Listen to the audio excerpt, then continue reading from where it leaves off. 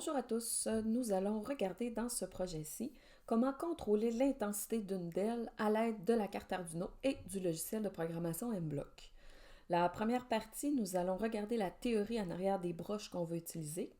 Ensuite, on va construire le circuit et on va regarder la programmation, donc on va faire le code. Regardons à quoi peuvent servir et comment fonctionnent les broches PWM sur les cartes Arduino. Et on peut retrouver aussi ce type de broches sur d'autres cartes de type microcontrôleur aussi. Donc, premièrement, qu'est-ce que ça veut dire? Le P, c'est pour pulse, ou en français, impulsion. W, c'est pour width, donc pour la largeur.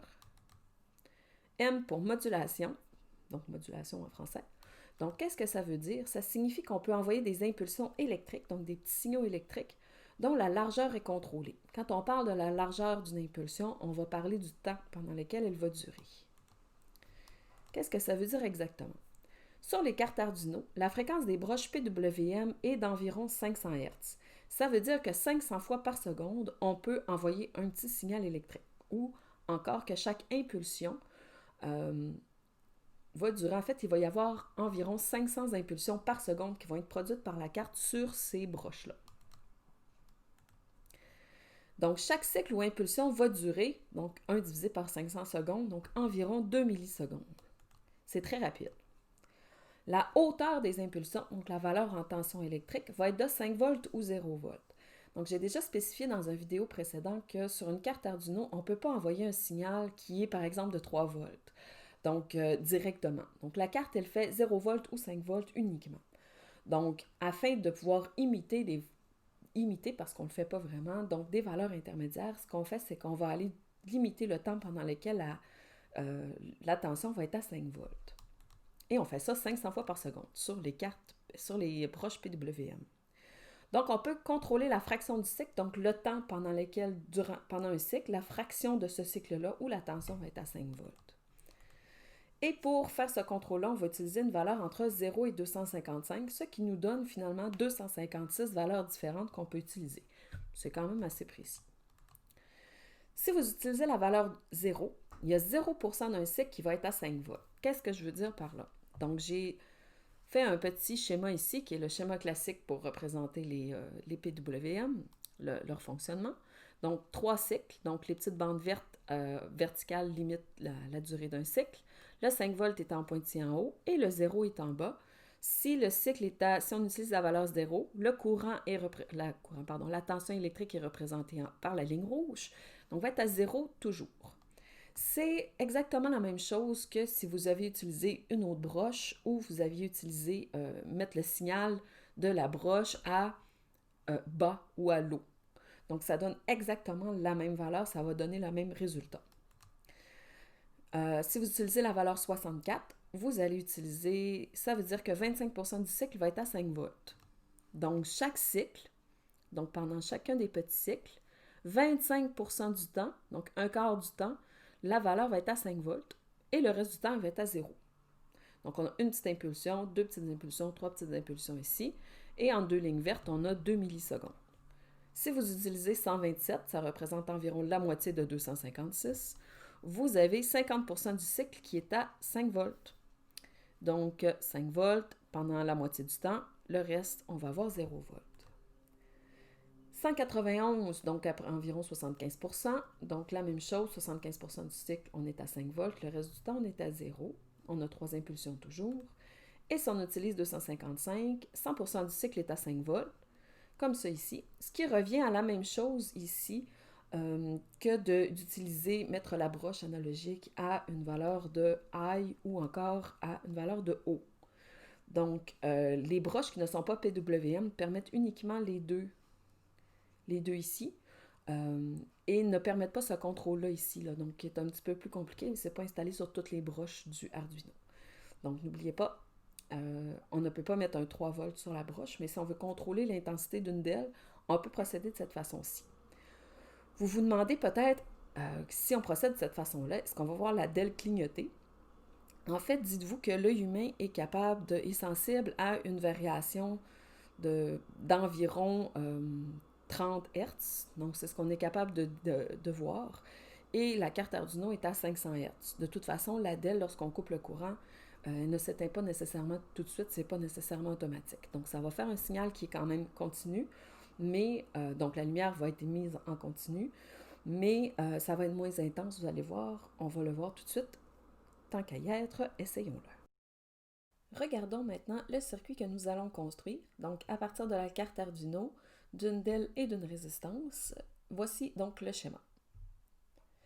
On va passer ensuite en accélérant un petit peu la construction.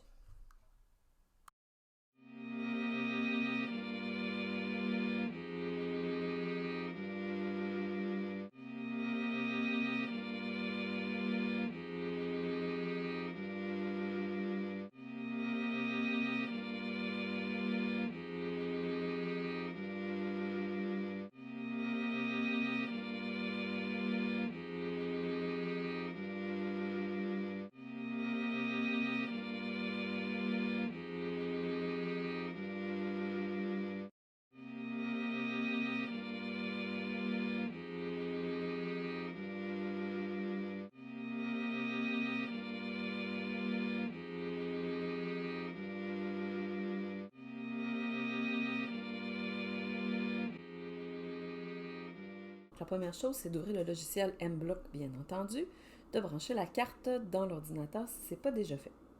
Donc, vous pouvez ensuite ajouter dans la section appareil votre carte Arduino Uno. Si ce n'est pas déjà fait, on clique, on vient la sélectionner et vous allez la voir juste ici. Le premier bloc, peu importe quel programme vous faites, quel projet vous êtes en train de faire, le premier bloc dont on a besoin, c'est toujours lorsque l'Arduino Uno démarre. Si vous n'avez pas celui-là, il ne se passera pas grand-chose. Ensuite, donc, qu'est-ce qu'on veut faire exactement cette fois-ci? Donc, simplement pour vous démontrer un peu le principe de fonctionnement, je vais y aller par palier, c'est-à-dire que pendant une seconde, la DEL va être éteinte. Ensuite, elle va s'allumer graduellement. Donc, à chaque seconde, l'intensité va devenir plus grande. C'est simplement pour vous montrer comment ça fonctionne. Si on utilise le bloc qu'on a utilisé précédemment, régler la sortie de la broche numérique 9 sur haut, on va allumer la DEL ou on va l'éteindre, mais on n'aura pas de graduel. Il faut plutôt définir la sortie de PWM comme 0. Donc, c'est ce qu'on va utiliser. Mais avant de continuer, on va se mettre un bloc pour toujours. Donc, on va faire une répétition de tout ça. Donc, la LED va s'allumer graduellement, mais ça va recommencer. Parce que si on ne met pas de bloc pour toujours, ça va se faire une fois. Ça va se faire une seule fois, puis il ne se sera plus rien après. C'est un petit peu plate. Donc, définir la broche de la sortie. Nous, on s'est branché dans la 9, donc on va utiliser la 9 ici. Donc, si je gère la 5 et je ne suis pas branché dedans, ça ne se passera pas grand-chose. Donc, on va l'éteindre au départ, puis ensuite, on va attendre une seconde. On va modifier. On va ajouter. Donc, tout à l'heure, dans la vidéo, dans la partie sur la théorie, on avait vu que si on se met à 64, ça devrait être à peu près 25%. Ensuite, 127. Vous voyez un petit peu où je m'en vais. 191. Et finalement, on peut y aller avec 255. Essayons voir qu'est-ce que ça va donner. On peut connecter notre carte ensuite. Je tiens à vous avertir aussi, c'est pas super facile de filmer la lumière qui sort d'une DEL, donc avec peu importe quelle technologie on utilise, à un moment donné, ça vient que ça sature l'appareil. Donc, c'est la même chose un peu à l'œil nu aussi, c'est-à-dire que des fois, entre 191 et 255, vous ne verrez pas nécessairement à l'œil nu c'est quoi la différence entre les deux, parce que la DEL, des fois, est déjà allumée à 100%. Mais vous allez voir quand même, ça devrait changer de façon graduelle. Donc, on va télécharger et on va voir qu'est-ce qui va se passer ensuite.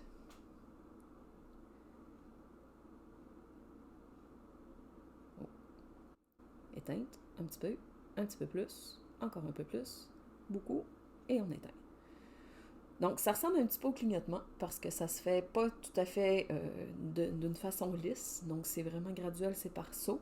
Mais vous voyez qu'on contrôle quand même bien l'intensité de la LED. De la DEL, je devrais toujours utiliser le terme français. Si vous voulez, par exemple, dans ça ici, parce que là, elle part de éteinte, elle se rallume. Si vous voulez y aller graduellement, je peux le faire avec vous.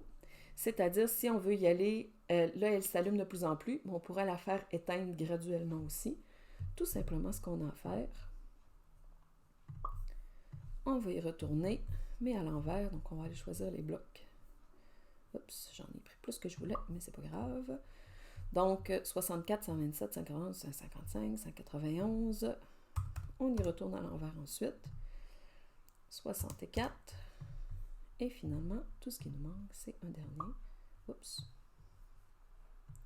Des fois, les blocs, ils décident de faire pas ce qu'on veut. Comme ça ici, 0. Et comme ça ici. Donc, elle va s'allumer graduellement, puis ensuite, elle va s'éteindre graduellement. Allons-y, juste pour voir. Le transfert s'allume de plus en plus.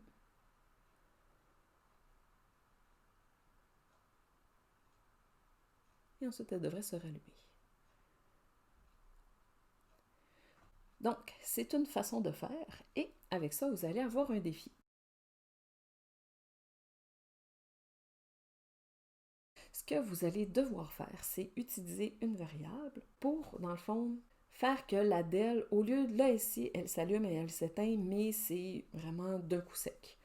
Donc, vous, votre défi, ça va être d'utiliser les boucles qui existent pour faire que, tranquillement, pas vite, la LED va s'allumer de plus en plus. Et ensuite, elle va s'éteindre graduellement aussi, mais d'une façon qui est beaucoup plus lisse, disons, pas par étapes comme ça ici. Donc, ça va être votre défi, si vous l'acceptez, bien sûr. Donc, merci à tous et au plaisir de vous revoir dans un prochain vidéo.